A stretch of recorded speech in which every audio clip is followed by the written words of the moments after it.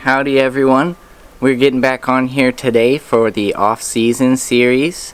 This is going to be a pretty quick how-to video for how I would set up a mineral site for primarily deer, and we have blacktails around here, but I've also had Roosevelt elk hit them. And I'm actually going to go check a trail camera that's at a existing mineral site, and I think it's been bringing elk in the last couple weeks, which is cool because they might drop horns soon.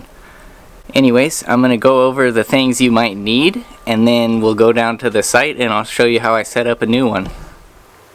So I keep it simple, and these are the three things that I use. I prefer to use deer cane. It's easy to find locally. And then water and a shovel. The water here on the Oregon coast isn't really as necessary, especially on days like today, if you guys can see the rain that's coming down. But it's good to kind of set the salt in the ground, I think, and make sure that none of it blows away, or who knows. So a couple things to note is that it is now March 20th, and I've confirmed all the deer here have shed their horns.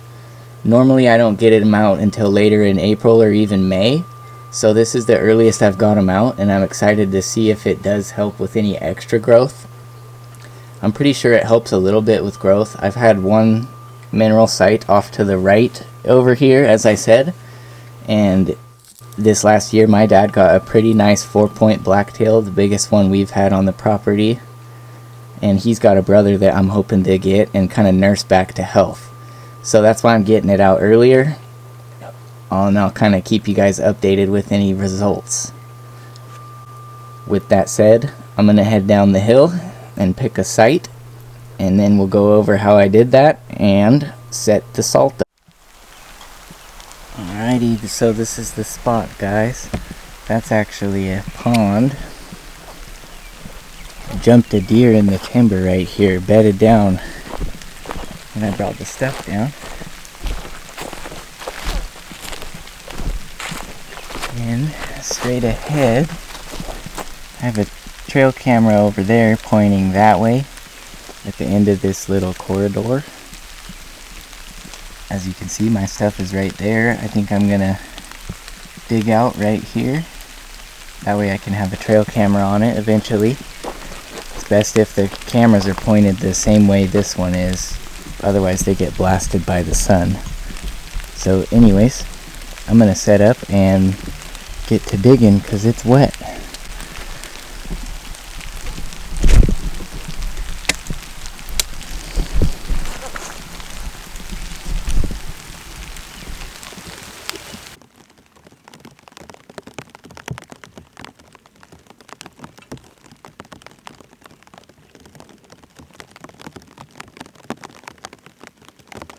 Alrighty, I know I said digging, but as you can see, most of what I'm going to be doing is just scraping the debris and the topsoil.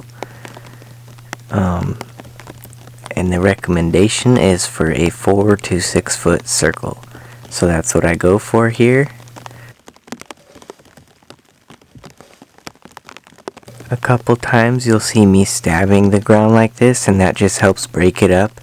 And it also creates a couple little slots where the salt can leach into the ground a little bit deeper.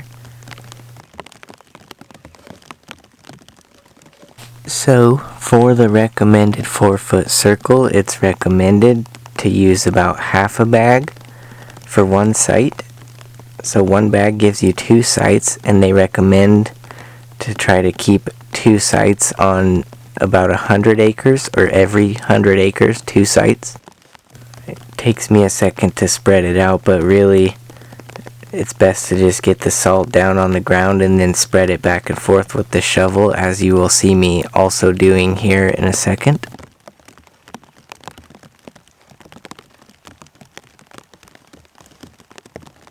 So you get it spread back and forth. You kind of can tell that the soil is mixed in a little bit better.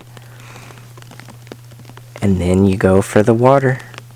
I never really use too much if it's early and rainy like today.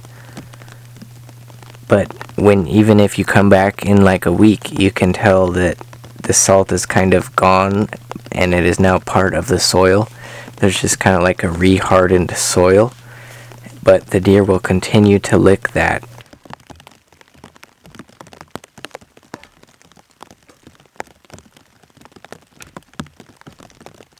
It's hard to say quite yet if any of these bucks are my target, Mr. Pretty Boy, but there's definitely a few mature ones showing up, so my best hope is that one of them is him and his stomach is fully healed now.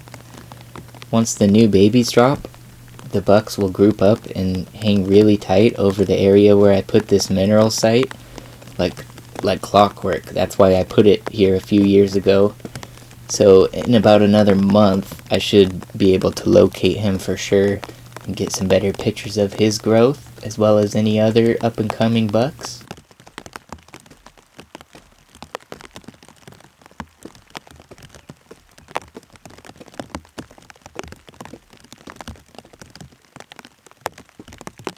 As seen in these trail cameras from April to early May, there's lots of bucks hitting the salt, and I also got just as many pregnant does, which was kind of interesting too. I just recently got a trail camera over the new mineral site, and I plan to do a clover food plot down there, so I will be sure to do a couple updates over summer leading into the season. And otherwise, that will wrap it up, guys. Be sure to subscribe and leave any questions below. I'd love to answer them. And yeah, thanks for watching.